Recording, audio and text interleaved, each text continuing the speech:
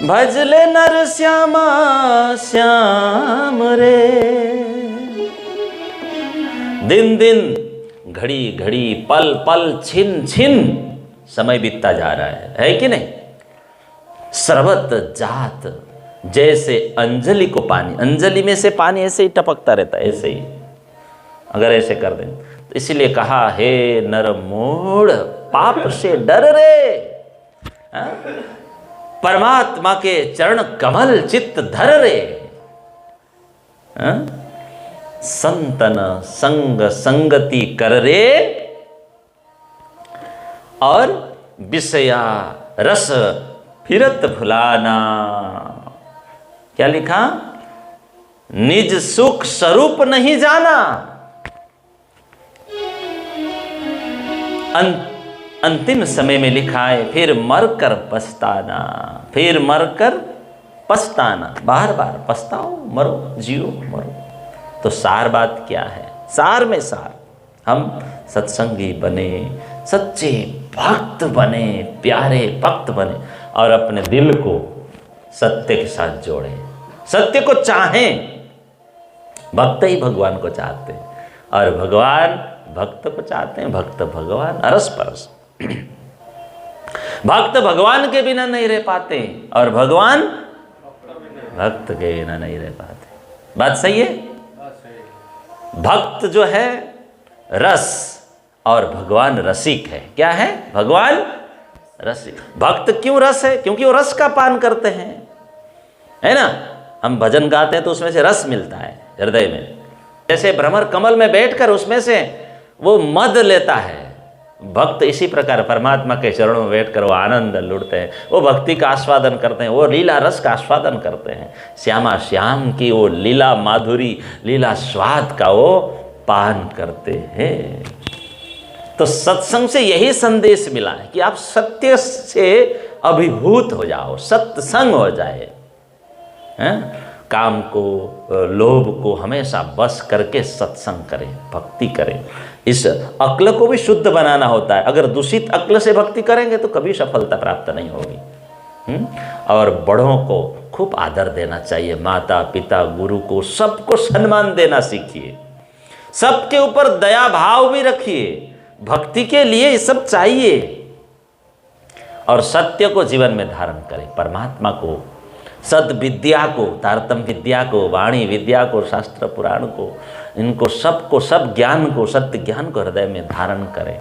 तभी हम परमात्मा में एकाकार हो सकते हैं। व्यवहार शुद्ध रहेगा तभी तो होगा। जीवन को इस तरह जीना चाहिए। सच्चा भक्त भी वही है जो परमात्मा को हृदय में, सत्य चीज़ों को हृदय में धारण करते हैं। सत्य को धारण करते हैं वही तो भक्त है। असत्य को धारण करते हैं वो नास्तिक, अभक्त।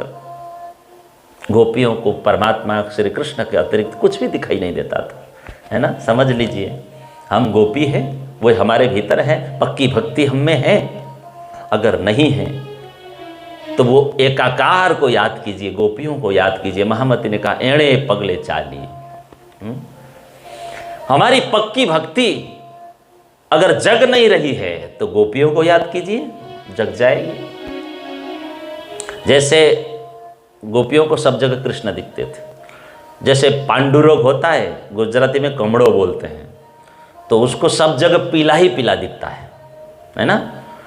जो भक्त होते हैं ना, सब जगह परमात्मा को ही देखते हैं, सब जगह, हर जगह, एक भी खाली नहीं उनके सिवा।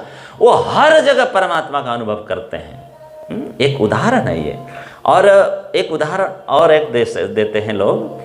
शीशे को पारा के अंदर डुबो के रखते हैं ना, तो वो शीशा भी पारा हो जाता है कुछ दिन के बाद। तो इसी प्रकार जो सच्चे भक्त सच्चे मन से जब पुकारते हैं, प्रार्थना करते हैं, रटते हैं, विरह से व्याकुल होते हैं, पिया पिया रटन करते हैं, तो पिया ही बन जाते हैं, परमात्मा ही बन जाते हैं। क्योंकरटन करते करते, चिंतन करते करते अहम शून्य अवस्था में पहुंच जाते हैं। फिर अंतिम में वो एक हो जाते हैं, एक में एक। मैं ही वे और वे ही मैं, ये हो जाता अरस परस, तू ही तू, तू ही तू ही तू ही तू ही मेरा नंदन। ये अहम शून्य वाणी में भी लिखा है, अहम शून्य होना अति आवश्यक है।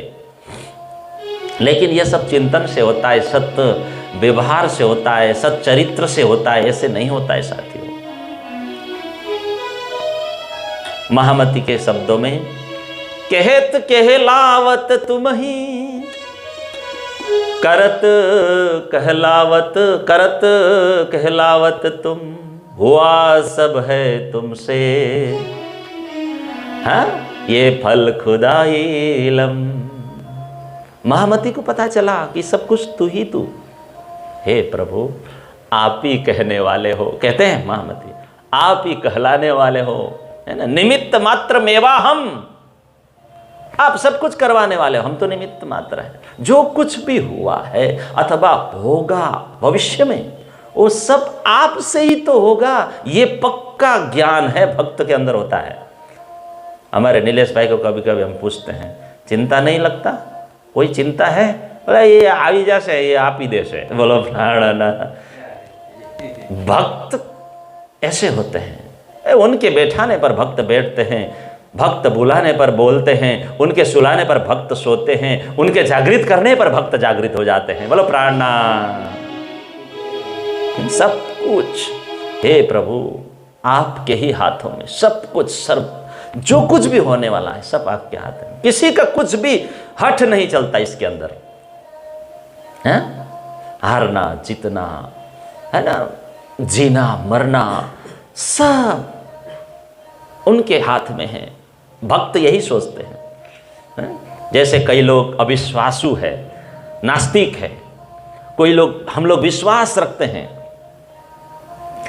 परमात्मा की, हम आराधना करते हैं, खूब विश्वास रखते हैं, और उनसे विमुख होने वाले लोग भी हैं।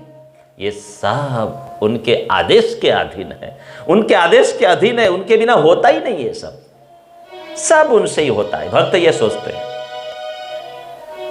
हार जीत सब हुक्म है, ईमान या कुफर जो भी हो, ये श्रीमुख वाणी में है ना, उनके बिना कुछ भी नहीं है, वाणी में लिखा है। बंदगी या मुनकर, बेईमानी, बंदगी सब उनसे ही तो होता है ना।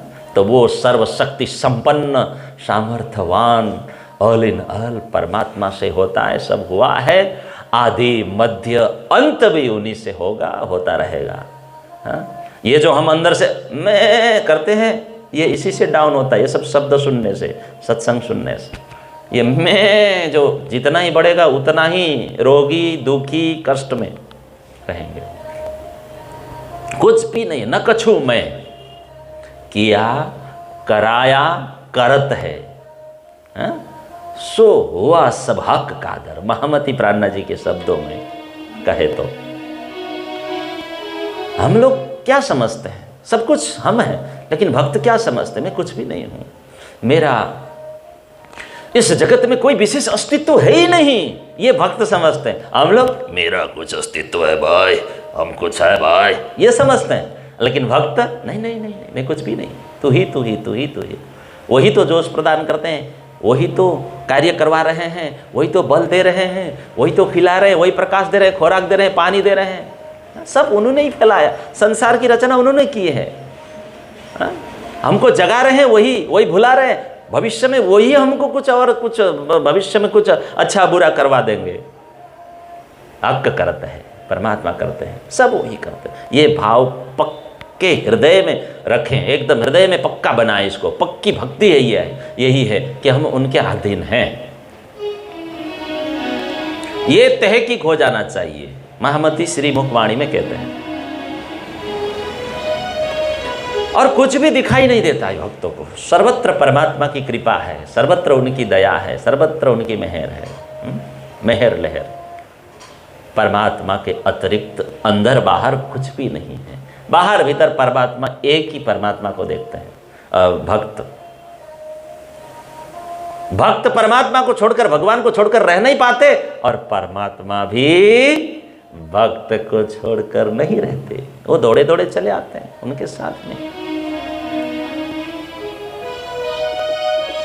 भगवान कृष्ण ने ये बात कहा है, अहम भक्त पराधीन, हे दुर्वासा ऋषि, मैं भक्त के अधीन हूँ, पराधीन हूँ। वो जब भी पुकारते हैं मैं वहीं खड़ा हो जाता हूँ, भक्तों का मैं प्रिय हूँ, भक्त मेरे प्रिय है, ऐसा कहा है। भक्त मेरे अतिरिक्त कुछ जानते नहीं हैं और मैं भक्त के अतिरिक्त कुछ नहीं जानता। ये दुर्वासा जी को भगवान कृष्ण ने उपदेश दिया था भागवत में। और महामती भी यही कहते हैं, कुछ भी नहीं है बिना नूर जमाल परमात्मा के अतिरिक्त धनी के, दूजा तो कोई है नहीं। श्री मुखवाणी, दूजा तो कोई, उनके हुक्म के बिना कुछ भी नहीं है। श्री मुखवाणी का सार, इस संसार की नश्वर खेल की उन्होंने रचना की, हमको यहाँ भेज दिया और भुला भी दिया जगत में हम सबको। देखिए भूल रहे हैं और फिर वही कृपा करके हम सबको जगा रहे हैं, सत्संग में बिठा रहे हैं। ये उनकी अपार करुणा है, समझना चाहिए। कहते हैं ना, यारे धनी धनवट करे त्यारे बड़ बैरी ना हारे। तो हमें हमेशा यही चेष्टा कि हम सत्संग करें, भजन करें, भक्ति करें। हाँ, सत्संग करेंगे तो भक्त और भगवान के बीच योग होगा, नहीं तो संसार से तो हम संसार में ही डूबे रहेंगे, योग नहीं होगा। इसीलिए सर्वथा हम रोज रोज सत्संग करते रहें, साधना में लगे रहें, इसी प्रकार आगे बढ़ते जाना है। क्यों? क्योंकि संगत का महान गुण है, महान महान महात्म्य है सत्संग का। और तारतम वाणी, तारतम मंत्र का जप, निज नाम सोई जाहिर हुआ, वो परमात्मा का वो निज नाम नित्य नाम जाहिर हो चुका है। वो मंत्र, वो धाम सब प्रकट हुआ है जगत में। उस कृष्ण नाम को, उस राज नाम को हम जपें, हमें मुक्ति मिलेगी। जगत को मुक्ति देने के लिए ये नाम है। सत्य के संग में रहें। हे सत्य आत्माओं, महामती कहते हैं, सभी सत्य से जुड़े, उस अखंड परम धाम से जुड़े और अपना घर चले, अपना परम धाम चले। यहीं बैठे बैठे इसका अनुभव करना है। यहीं बैठे घर जाके तो हम अपने धनी से, अपने कृष्ण से अरस परस हो जाएं, परस्पर एक आत्मा हो जाए। एक आत्मा, उस एकांत का, उस अद्वैत का हमें अनुभव करना। यहीं बैठे बैठे सूरत एक ही राखिए, 24 घंटे उनका ध्यान रहे, रंगी रहे। अष्ट प्रहर 64 घड़ी पीऊ पीऊ पीऊ पीऊ पीऊ कहिए। हाँ, उस प्रेमामृत को पीते रहे, लीलामृत में डूबे रहे, छके रहे, मस्त रहे। यही तो सत्संग है। अरस परस सरस सब एक रस। महामती प्राण कहते हैं, बाहेदत खिलवत निस्बत न्यामत श्री महामत अलमस्त हुए। आवे उम्मत लिए पीवत आवत हक हाथ सरबत, हक हाथ सरबत। आज इतना ही साथियों, आप नाथ फकीरी चैनल के थ्रू सुनते हैं, अच्छा लगता है। मैं आप सभी का शुक्रगुजार हूँ। काफ़ी दिनों से, लगभग 3-4 साल से आप नाथ फकीरी चैनल को देख रहे हैं। भले 5, 10, 30, 35, 56, 70 लोग देखते हों, लेकिन आप लोग लाइक भी करें, शेयर भी करें धड़ाधड़। और आप सभी को खूब खूब धन्यवाद। इसी प्रकार सुनते रहिए, सहयोग देते रहिए और हम आपको सत्संग सुनाते रहेंगे। प्रणाम।